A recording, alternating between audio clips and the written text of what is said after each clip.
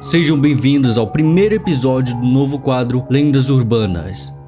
Cada episódio terá um país diferente e todos serão longas. Eu prefiro assim do que fazer parte por parte. Então, por que não tudo de uma vez? Se inscrevam no canal para chegarmos a 1 milhão de inscritos e não perder os próximos episódios e demais vídeos. Se acomodem e se você é português, comente aqui uma lenda urbana que você conhece. Eu sou Atestan e sejam bem-vindos a Evil Tech.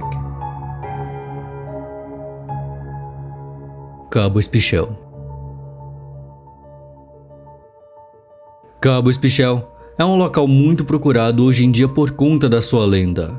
A lenda diz que em uma certa vez um senhor teve um sonho e nesse sonho ele ouviu uma voz dizendo para ele ir até um local que hoje conhecemos como Cabo Espichel. Depois de peregrinar por muito tempo e atravessar o país, o homem decide parar em uma casa de uma senhora, pois o mesmo estava com fome e sede.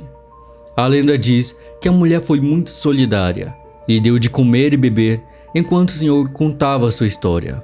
Ao terminar de ouvir, a mulher ficou maravilhada e deu um quarto para que ele pudesse descansar, e assim então fez. Mas na calada da noite, a mulher ficou tão curiosa para ver o local que saiu sem ao menos falar com o homem. E ao amanhecer, o homem não encontrou a mulher e simplesmente saiu e seguiu o seu destino. Quando chegou ao Cabo Espichel, ele encontrou a mulher lá, foi tirar satisfação com ela. No meio do bate-boca, uma santa apareceu para os dois, a Nossa Senhora do Cabo, onde interveio na briga e apartou, dizendo que aquele lugar não era um lugar de brigas, mas de homenagens a ela. E assim surgiu Cabo Espichel. Uma igreja e um mosteiro foram construídos ao local e recebeu várias pessoas com o decorrer dos séculos. Mas isso logo veio a ser interrompido por alguns acontecimentos perturbadores envolvendo o local. Acredita-se que o local seja amaldiçoado, já que há relatos de pessoas que visitaram o lugar e sentiram uma grande vontade de atentar contra a própria vida. Não só isso, houve também assassinatos ao local e rituais satânicos. É muito comum ir para lá e encontrar restos de ossos de animais e demais coisas na prática de magia negra. Há muitas teorias, como se possível não ter sido uma santa que havia aparecido para eles, até porque é um lugar amaldiçoado. E também que aliens podem estar envolvidos ao local, já que há casos de pessoas que foram lá visitar e simplesmente sumiram sem deixar rastros. Outra teoria é que o lugar é assombrado por espíritos de soldados mortos, ainda dos anos 1180 para 1200, já que Cabo Espichel era usado como ponto estratégico contra invasores.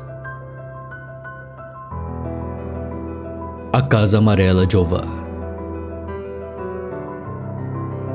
A Casa Amarela do Concelho de Ovar é uma residência que hoje se encontra abandonada, e o abandono foi tanto que não se sabe mais quem são os donos atuais do local.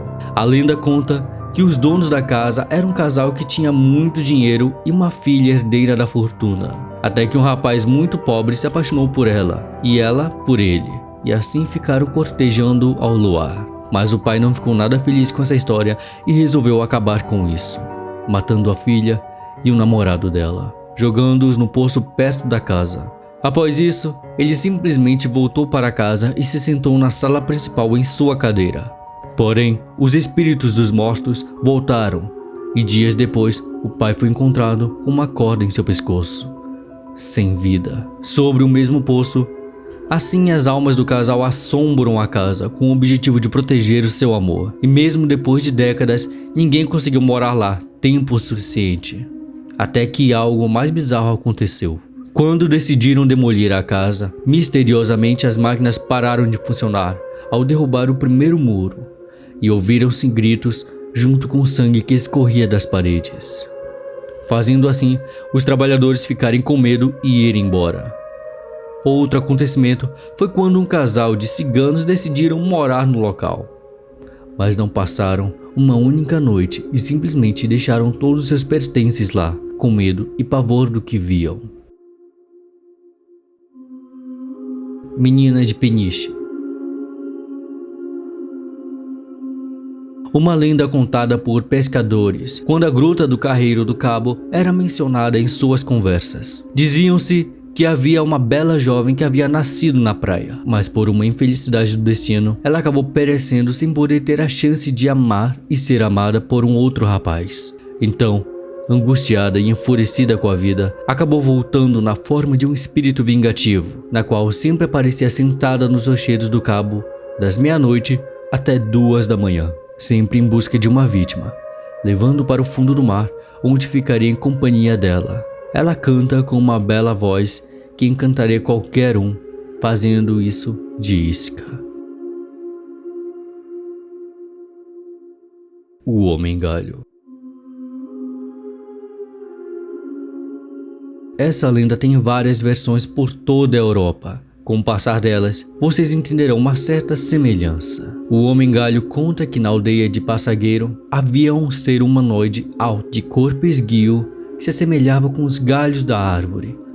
O seu rosto era parcialmente coberto de musgo, o que dificultava de ver na calada da noite, ou nas neblinas, ou por apenas estar alto. Sabe o que é mais curioso nessa história? É que ele emitia um som na cabeça das pessoas, como se fosse alguém arrastando algo pela floresta, com barulho de folhas sendo pisoteadas ou chiado de televisão. É muito semelhante com uma certa lenda que conhecemos, não é mesmo?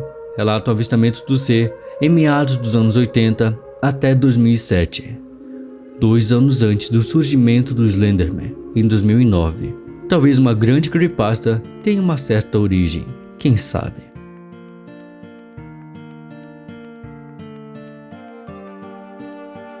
O ouro e a peste. Essa lenda remota nas eras onde Portugal nem era um estado formado. Na era dos romanos e árabes, onde houve diversas explorações de ouro, nas encostas do rio Malva, e com a reconquista cristã e a expulsão dos árabes da região, as pessoas antigamente alegavam que os árabes haviam deixado muito ouro, mas que esse ouro estaria escondido, enterrado no Morro do Castelo, na aldeia de Meda de Mouros. Só que havia um porém. A pessoa poderia ir lá, mas poderia acontecer 2 coisas. Ou a pessoa conseguiria o ouro e ficaria rica, ou libertaria uma peste que mataria várias pessoas. Assim, surgiu a lenda do ouro e da peste. Quando os mouros partiram, deixaram aterrados num dos lados do Morro do Castelo um valioso tesouro repleto de ouro. No outro lado, teriam deixado enterrado a peste, para encher de temor a quem o tesouro tentasse encontrar. Caso alguém se atrevesse a procurá-lo e a sorte o levasse até o tesouro, ele fartaria de ouro toda a aldeia. Mas se por um acaso encontrasse a peste, ele traria a doença que mataria toda a gente. Serra da Argamela. Na aldeia de Barco, na Covilha, há a Serra da Argamela, que esconde um lado obscuro na origem de seu nome. Há séculos, existia um rei godo, onde a sua única filha foi capturada pelos mouros. Depois, foi acorrentada no meio do bosque nas árvores, à mercê do frio, animais e a fome. O pai, desesperado, foi à procura de sua filha, mas nunca a encontrou. Apenas seus gemidos eram ouvidos por toda a serra, e assim ele exclamou: no ar, geme ela, dando origem ao nome da serra. Há quem diga que até hoje é possível ouvir os gemidos percorridos por toda a serra ao anoitecer, seja nas árvores, minas, poços e grutas. Arco da Moita. Essa lenda é até engraçada, vocês vão entender. Em Poença Nova, havia uma viúva que tinha a fama de ser uma bruxa. Isso era discutido por todos que naquela vila pertenciam. Ela era uma mulher muito atraente, mas pelo medo das pessoas, nunca arranjava um homem para sua casa.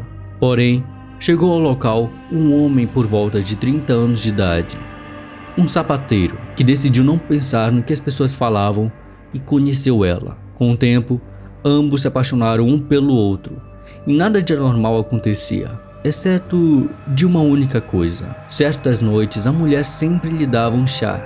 O homem dormia a noite toda e só acordava pela manhã seguinte.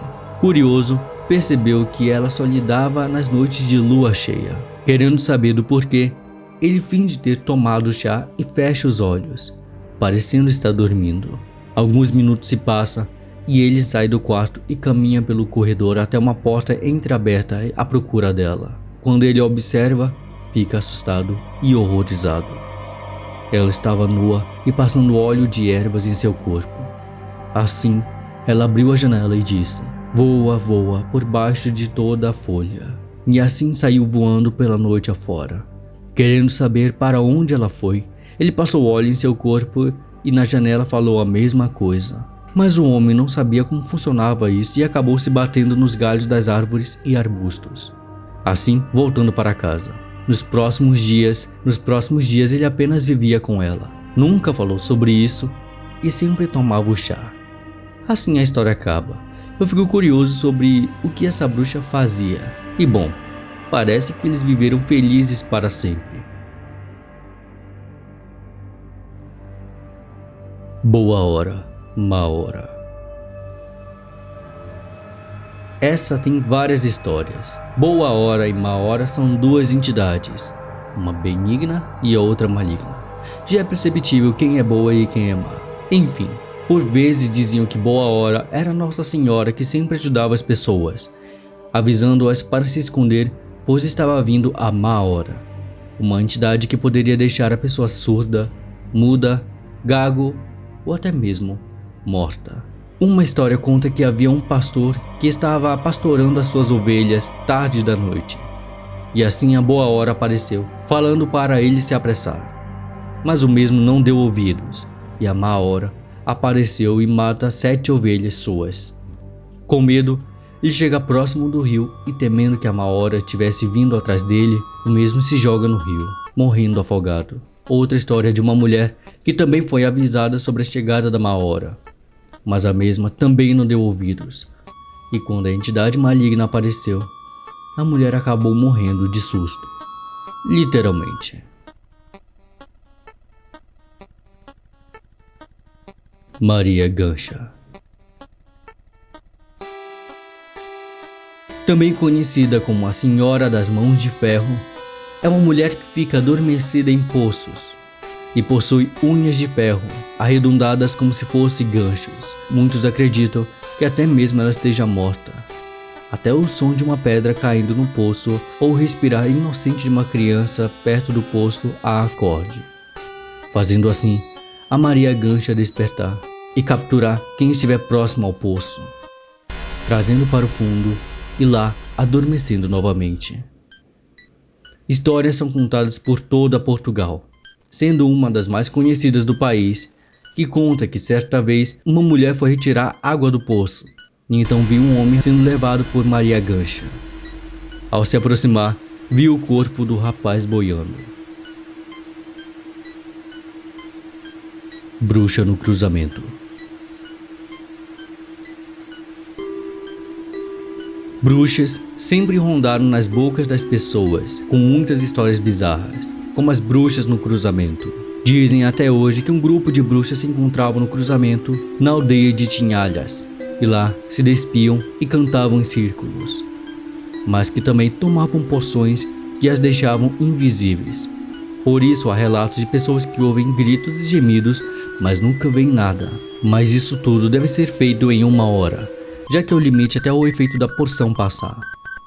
Mas certa vez, uma bruxa perdeu a noção do tempo e acabou tendo que voltar para casa andando nua pela rua, até que um homem esbarra com ela, e o mesmo a reconhece.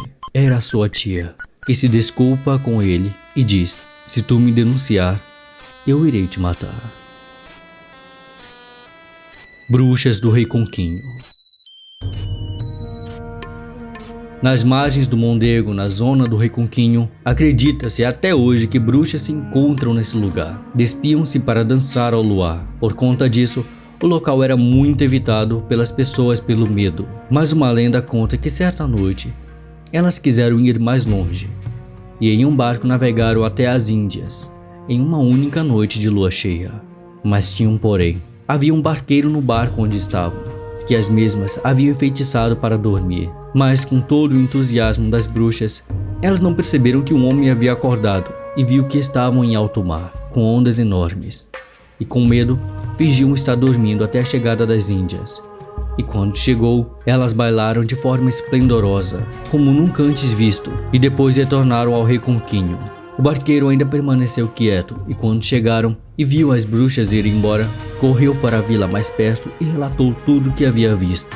Mas ninguém acreditou nele, até que uma bela jovem de capuz castanho chegou perto dele e disse: "Se dizes nossos nomes, matamos-te, e nunca mais meta os pés no reconquinho à noite." Sereia da Praia Azul. As Torres Vedras, perto da Praia Azul, havia uma quinta chamada Quinta da Areia, que certa vez o mar subiu e quando recuou, na praia apareceram duas sereias, uma mais nova e uma mais velha. Os moradores, assustados com aquilo, colocaram a mais nova na fogueira, e a mãe dela, vendo aquilo, teria amaldiçoado o local, dizendo que os donos e todos seus descendentes nunca teriam sorte. Coincidência ou não, a quinta faliu, abandonada e vendida, e hoje ela ainda permanece abandonada. O caminho da ovelha do carneiro. Conta-se que na aldeia de Zebreia, perto da Idanha Nova, tinha um sítio por onde ninguém passava, pois acreditava-se que havia uma moura lá.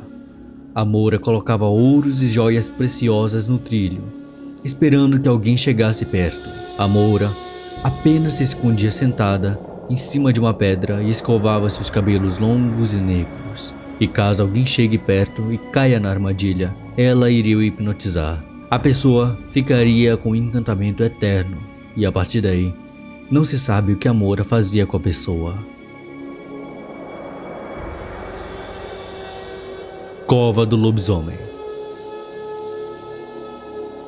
Na povoação de Câmara de Baixo, em Vouzela, há uma caverna no meio do bosque, onde rezam-se as lendas que nas noites de lua cheia se abrigava um ser monstruoso que aterrorizava a região, um lobisomem. Quando a noite se abatia sobre as aldeias, fechavam-se janelas e trancavam-se as portas. Ouviam-se sons assustadores, uma espécie de cavalgada pesada que percorria as ruas. Ninguém ousava olhar lá para fora, só desejavam que o dia regressasse, sinal que tinham sobrevivido a mais uma madrugada de pavor. As histórias desse misterioso lobisomem passaram de geração em geração na região. Ninguém sabia quem ele era, mas havia quem desconfiasse de algumas famílias numerosas. Segundo a lenda, se o sétimo filho fosse um homem, teria de se chamar Bento ou Custódio, de forma a ser protegido da maldição, que nas noites de luar o transformava nessa criatura maligna, meio homem, meio lobo, que percorria a região em busca de vítimas para levar para o seu antro. Situada perto da margem do rio Couto, essa caverna tornou-se uma atração turística na região, onde podem se encontrar placas com a inscrição A Cova do Lobisomem. Monstro Chavelhudo. Na Serra da Estrela, há uma lagoa conhecida como a Lagoa Escura, onde há uma criatura monstruosa que habita lá. Seria possível, pois acredita-se que a lagoa é tão profunda que até mesmo possa ser ligada ao mar. Esse monstro é conhecido como o Monstro Chavelhudo. Essa lenda ficou tão famosa há gerações que o próprio Herman Melville ouviu falar dessa criatura e assim referenciou ela no seu livro clássico de 1851, Moby Dick. A Cova do Gigante. Na aldeia de Arruda, as pessoas eram atormentadas por um gigante que vivia na região. Ele atrapalhava as colheitas, além de devorar manadas de bois, carneiros e porcos, além de alguns humanos que cruzavam seu caminho. Mas uma certa vez, uma velhinha saiu de sua casa para recolher o gado, quando de repente o gigante encontra ela e se prepara para devorá-la. A velhinha, sem forças e com medo, apenas se ajoelhou, estendeu seus braços e pediu intercessão a Deus. Assim o raio caiu no lugar onde o gigante estava. Depois, a população precisaria se livrar do corpo do gigante, mas ele era grande demais, então apenas colocaram cestas em cima para cobri-lo, e com o tempo o solo também o cobriu, surgindo assim a Cova do Gigante. O Castelo de Montemor o Velho. Essa parece com as lendas daqui do Teatro Amazonas. Em 2003, durante a gravação da novela O Teu Olhar, uma coisa bizarra aconteceu. Eles estavam gravando na igreja do castelo, a igreja de Santa Maria de Alsáçova, quando misteriosamente os equipamentos eletrônicos pararam de funcionar. Alguns do elenco passaram mal com tonturas, dores de cabeça e até mesmo vomitaram sangue. A coisa ficou tão feia que tiveram que chamar um padre para abençoar o local. O mais bizarro é saber que no século XIV, Dom Afonso IV reuniu o conselho e decidiu executar lá mesmo Inês de Castro, a sua filha, que era amada de Dom Pedro I de Portugal, a quem viria a ser o futuro rei de Portugal, e com certeza a sua alma não descansou como deveria. O lobisomem de Mação. Na aldeia de Vale de Moa, em Mação, conta-se que havia um homem amaldiçoado. Toda noite de sexta-feira, ele se transformava em um lobisomem e que lá deveria cumprir o seu fado. Deveria correr em uma única noite 7 freguesias, 7 pontes, 7 fontes, 7 montes e 7 encruzilhadas. E que para desfazer a maldição, alguém o deveria perfurar com algo até cair uma gota de sangue. Assim o seu vizinho fez, quando mesmo estava passando a noite debaixo de sua janela. Fazendo assim, o homem voltará ao normal. Mas ainda acreditam que até hoje ele possa estar amaldiçoado e ainda percorrer o seu fado. A mulher que dava comida ao diabo. Essa é uma história um tanto bizarra. Na aldeia de Carvalhal dos Ramalhos, na Sertã, quando o homem estava debulhando milho numa eira. Eira é o local onde faziam separação dos alimentos, seja de trigo ou milho. E estando cansado e louco para voltar para casa, disse: Diabo, mande vento para limpar o trigo da eira, que eu dar-lhe-ei um jantar. E por coincidência, um vento levantou. Rindo da situação, o mesmo foi para casa, e com o tempo, ele havia parado de pensar nisso. Foi apenas uma coincidência, mas não. Alguns anos depois, o homem morreu. E logo após o funeral, o fantasma do homem apareceu para sua mulher e disse para ela realizar a promessa do homem ao diabo. Assim, todos os dias ela deixava batata guisada com carne, pão e um pouco de vinho no copo. E ao amanhecer, o prato e o copo estavam limpos, fazendo isso até a mesma perecer. Morte por espancamento ou cara de palhaço. Essa lenda se popularizou, segundo as minhas pesquisas, em meados de 2009 e conta que havia uma gangue de palhaços que pegavam as meninas desprevenidas e perguntavam: você quer ser violada ou boca de palhaço? Claro que a primeira opção é bem notória, mas caso a menina escolhesse a segunda opção, aí ela teria a boca cortada de orelha a orelha, assim como Jeff the Killer ou Kutsake Onna. Mas aqui a única opção seria correr o mais rápido que pudesse. A Bruxa de Arruda.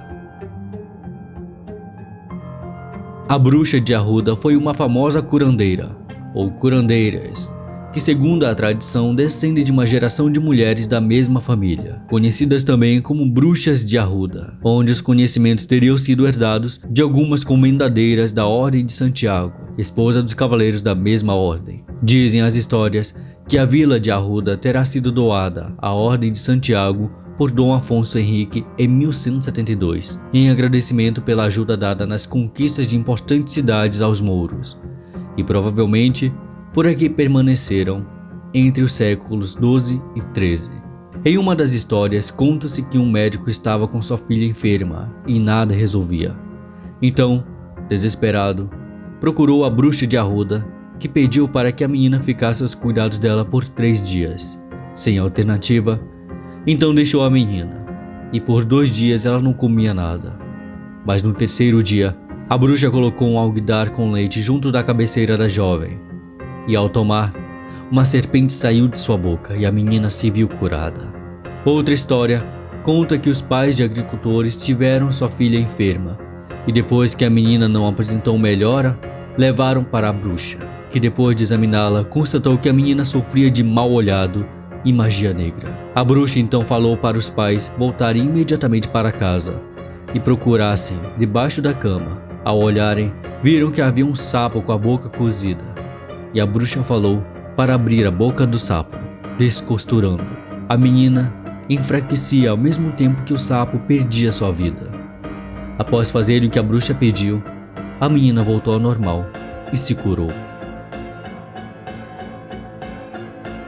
Mouro Aipauomar. Essa é semelhante com a lenda do ouro e a peste. Conta-se que havia um mouro chamado Aipauomar, um homem lindo de olhos verdes que se destacava em sua pele morena, mas muitos dos casadouros da época não enviavam suas filhas para ele, pois o mesmo era quem escolhia, cada vez mais aumentando seu harém. Mas teve um certo dia que os cavaleiros do templo, liderados pelo próprio São Miguel, chegaram ao seu castelo e lá lhe deram um combate de morte, na qual o mouro perdera. Assim, ele sumiu na gruta do castelo e lá tamparam-lhe. Por muito tempo as mulheres de seu harém o esperaram, até o castelo ser abandonado. Hoje conta-se que se uma mulher bonita e descuidada chegar perto, irá ouvir uma canção no castelo, cantada por uma voz de um belo rapaz, que irá atraí-la para libertá-lo. Mas apenas isso. O mouro ainda assim continuará preso. Trasgo. Essa lenda vai aparecer novamente, pois ela é conhecida não só em Portugal, mas pelos austríacos e celtas. Trasgo é uma criatura que apenas faz bagunça quando maltratados. Apenas bagunça. Nada grave. Mas se bem tratados, podem até mesmo fazer deveres das pessoas à noite. Digamos que ele se equivale ao nosso Saci Pererê. Dizem que os tragos são almas de crianças que morreram antes de serem batizadas e perturbam os vivos, como se fossem crianças abandonadas. Vampiros. Como não falar de uma das lendas mais conhecidas da era medieval europeia, a lenda do vampiro de Portugal. Ela conta que certa vez o vampiro foi para Portugal e acabou amando o lugar, pelo seu clima, suas paisagens, seu vinho e a sua tranquilidade. Então decidiu morar no país, mas para conter a sua maldição, decidiu viver sob solo sagrado. Mas até hoje não se sabe em qual parte de Portugal está essa igreja e em qual igreja foi, mas que o vampiro ainda vive sereno e em paz no local. Porto Brandão. Uma terra muito conhecida nos tempos antigos, por fazer os grandes barcos que navegavam na Era de Ouro das navegações portuguesas. Já a sua lenda é tão incrível que pode até mesmo se tornar um filme de romance e drama, daqueles bem tristes. Conta-se que havia um rapaz chamado Brandão que namorava escondido a filha do dono do estaleiro, a jovem Paulina. O pai dela apenas se importava com poder. Então, arranjou o comerciante rico das Índias para se casar com a Paulina. Mas quando descobriu que sua filha se envolvia com um simples garoto, combinou com o comandante para fazer uma viagem até as Índias, para que assim a pequena pudesse se casar com o comerciante. E na noite, ele pegou a sua filha à força e assim partiram. O pai não teve remorso nenhum ao ouvir os lamentos de sua filha e de sua esposa. O que importava mesmo era o dinheiro. Mas Brandão era inteligente e sabia que algo aconteceria. Ao ver o barco saindo, rapidamente pegou um bote e remou até o barco, conseguindo entrar de fininho. Mas ele acabou sendo descoberto, e tomado pela fúria, o pai da garota manda tirar a sua vida e jogá-lo no mar. Ao ver seu amado, não pensou duas vezes e pulou também logo atrás, na esperança de salvá-lo, mas acabou perecendo. Conta a lenda que, dias depois, os dois corpos deram à costa. O de Paulina foi encontrado numa pequena praia ali perto. Nessa altura, a praia acabou se chamando de Praia da Paulina, hoje conhecida por Praia do Lazareto. Já o corpo de Brandão foi encontrado na praia, que hoje é chamado de Porto Brandão. E aí termina a lenda dizendo que aqueles que não conseguiram unir-se em vida por causa da ganância de um pai, uniram-se na morte, acabando sepultados no mesmo cemitério. Esse foi o vídeo. Obrigado por ter assistido e comente aqui um próximo país que você gostaria de ver aqui. Esses vídeos dão um trabalhão. Então, agradeceria muito você compartilhando com um amigo seu, aquele que gosta de lendas urbanas. Fique com Deus e cuidado com a escuridão.